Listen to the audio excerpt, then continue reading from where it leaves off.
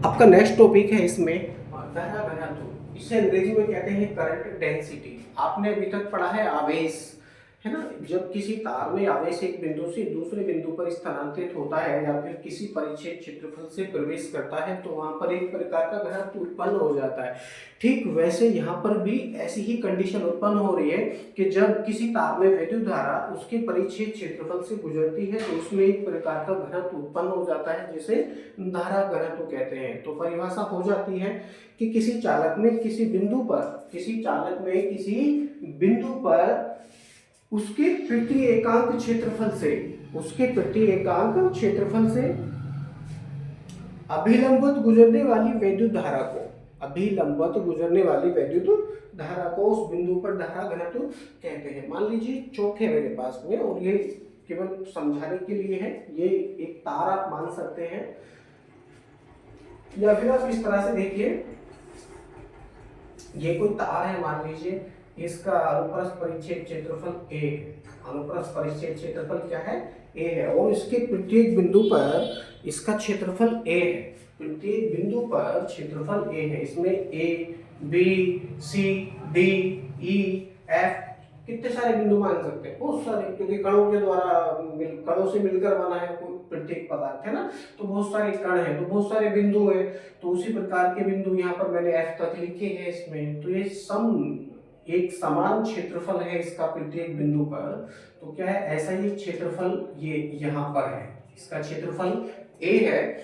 अब according to definition आप इसमें समझने का प्रयास करेंगे। मैंने एक बैटरी यहाँ पर लगा दी है। बैटरी का जो पॉजिटिव वाला सिरा है वो यहाँ है और ऋण वाला जो सिरा है वो यहाँ है। बिंदु एफ की ओर ऋण वाला सिरा है और वैद्युत धारा प्रवाहित होगी उसके धन सिरे से। तो इस तरह से प्रवाहित धारा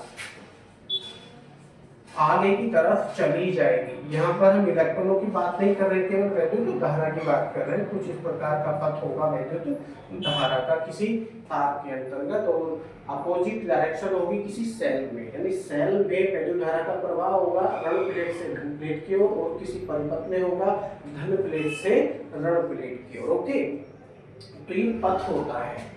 दूसरे शब्दों में अकॉर्डिंग टू डेफिनेशन समझने का प्रयास कीजिए। यहाँ पर एक शब्द आता है अभिलंबवत। तार के किसी बिंदु पर उसके पृष्ठीय एकांक क्षेत्रफल से अभिलंबवत गुजरने वाली वैद्युत धारा को उसका धारा घनत्व कहते हैं। अभिलंबवत, अब जरा देखिए, तार का जो क्षेत्रफल है वो ये है।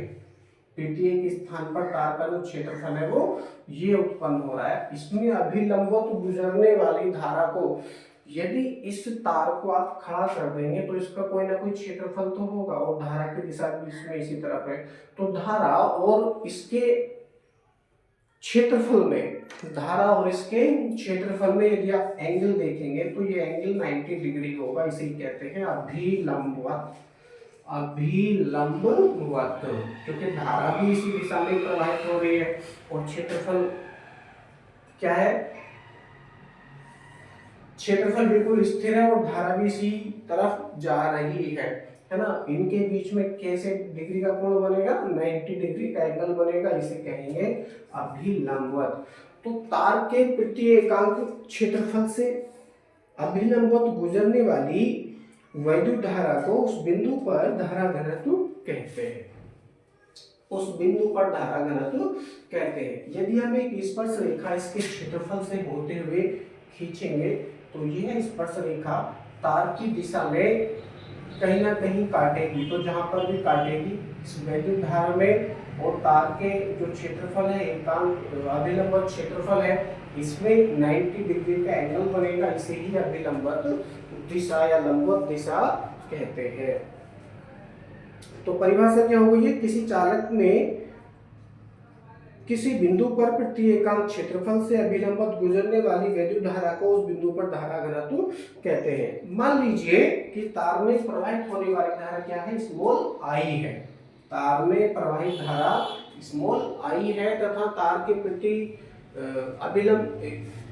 तार का क्षेत्रफल ए है। तार का क्षेत्रफल ए है, अनुप्रस्थ क्षेत्रफल ए है। तब धारा घनत्व क्या हो जाएगा? J equal to I upon A हो जाएगा। अकॉर्डिंग टू डेफिनेशन यहाँ पर फॉर्मूला उत्पन्न हुआ है J equal to I upon A. J equal to I upon A. J यहाँ पर स्मॉल है, स्मॉल जी को क्या कहते हैं, धारा घनत्व कहते हैं। J equal to I upon A. इसका आप यदि मात्रक लिखना चाहें तो मात्रक क्या हो जाएगा, एम्पियर, मात्रक एम्पियर प्रति, और क्षेत्रफल का मात्रक होता है मीटर स्क्वायर। तो एम्पियर प्रति मीटर स्क्वायर इसका क्या हो जाएगा, मात्रक हो जाएगा। यदि आप इसकी विमा लिखना चाहें तो विमा भी आप यहीं से इसकी लिख सकते हैं। विमा क्या हो जाएगी, विमा, अब देखिए क्षेत्र एम्पियर की विमा ए होती है बटे ये क्षेत्रफल की विमा क्या होती है, एल स्क्वायर होती है। एल को ऊपर लेके चले जाओ तो किसका हो जाएगा, माइनस का हो जाएगा। तो ए एल की पावर माइनस के 2, ए एल की पावर माइनस के 2 इसकी विमा होती है। आई होप आपको समझ में आया होगा। ये कैसी राशि है, सदिश राशि है।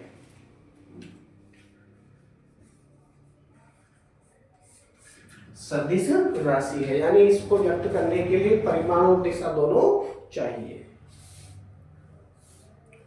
धारा घनत्व चालक के भीतर किसी बिंदु का एक लाक्षणिक गुण है, न कि संपूर्ण चालक का, तथा यह एक सदिश राशि है। किसी बिंदु पर धारा घनत्व की दिशा उस बिंदु पर धन आवेश के चलने की दिशा होती है। धारा घनत्व का मात्रक एम्पियर प्रति मीटर स्क्वायर तथा विमा एल की पावर माइनस के 2 होती है। अब नेक्स्ट टॉपिक है आपका धारा घनत्व तथा अनुगमन वेग में संबंध। धारा घनत्व आप यहीं पे देख लो,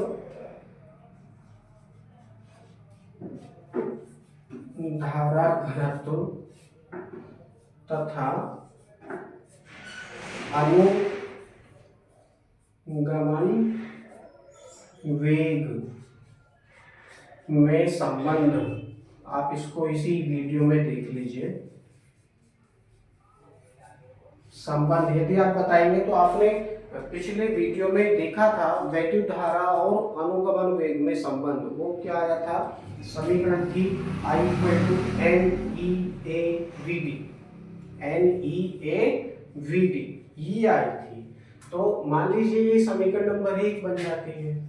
J equal to I upon A क्या है, समीकरण नंबर 1 है। तो I इक्वल टू क्या प्राप्त हुआ था आपको पिछले वीडियो में, अनुगमन वेग और धारा में क्या संबंध था, I equal to NEAVD, NEAVD ये D क्या है, इसके सापेक्ष में है, ड्रिफ्ट वेलोसिटी है, ड्रिफ्ट वेलोसिटी। तो NEAVD, अब I का यह मान समीकरण नंबर 1 में रखेंगे तो क्या प्राप्त होगा, समीकरण 1 से, समीकरण 1 से क्या प्राप्त होगा, J equal to I upon A आ गया। अब आई के स्थान पे ये वैल्यू रखेंगे, यानी NEAVD अपॉन ए। तो कुछ कटेगा, ए से कटेगा ए, जो बचा उसको लिखेंगे। यहां पर बचेगा J इक्वल टू